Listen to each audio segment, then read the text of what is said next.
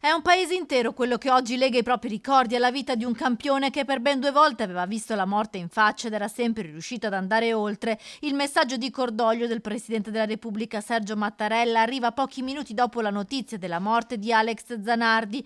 È stato per tutti questi anni un punto di riferimento di tutto lo sport, amato e ammirato per il coraggio, la resilienza e la capacità di trasmettere entusiasmo, ha scritto in una nota il Capo dello Stato.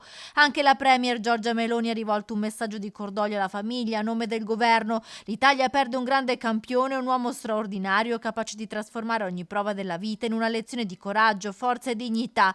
Tanti gli sportivi che hanno incrociato le strade con Zanardi oggi lo piangono. Mi hai dato la forza di ripartire convincendomi che con o senza gambe avrei potuto fare di tutto, scrive Bebe Vio. Se ne va un uomo incredibile, capace di ispirare tutti noi, le parole di Federica Pellegrini.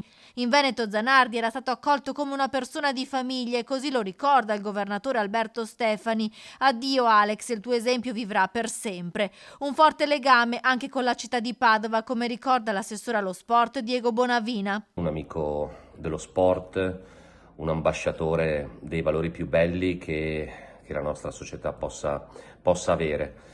Alex ha rappresentato un emblema dello sport, ma un emblema di quello che tutte le sofferenze che possono capitare a una persona, le peggiori, ci ha insegnato la strada per non mollare mai, ci ha insegnato come reagire, ci ha insegnato a guardare sempre avanti.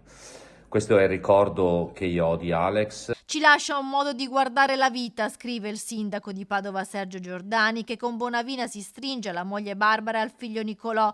Commosso anche il ricordo del presidente di Ascom Veneto Patrizio Bertin, che nel 2017 a Padova aveva consegnato a Zanardi il premio Memo Geremia. Ho avuto il piacere di conoscerlo, ho avuto il piacere anche di premiarlo e devo dire che è una persona che ha lasciato un grande ricordo, ma soprattutto un grande atleta, un grande anche, diciamo, professionalmente, un personaggio che ha dimostrato di non mollare mai. Perfino la questura di Padova ha pubblicato una foto autografata che Zanardi aveva dedicato ai poliziotti che guidano le volanti. Con la scomparsa di Alex Zanardi, l'Italia piange la perdita di un campione straordinario, una leggenda dello sport paralimpico. Lo ringraziamo per il coraggio, la determinazione e la testimonianza che ci ha dato, specialmente nella sua seconda vita sportiva, ha scritto infine il presidente del Comitato Italiano Paralimpico del Veneto, Davide Giorgi.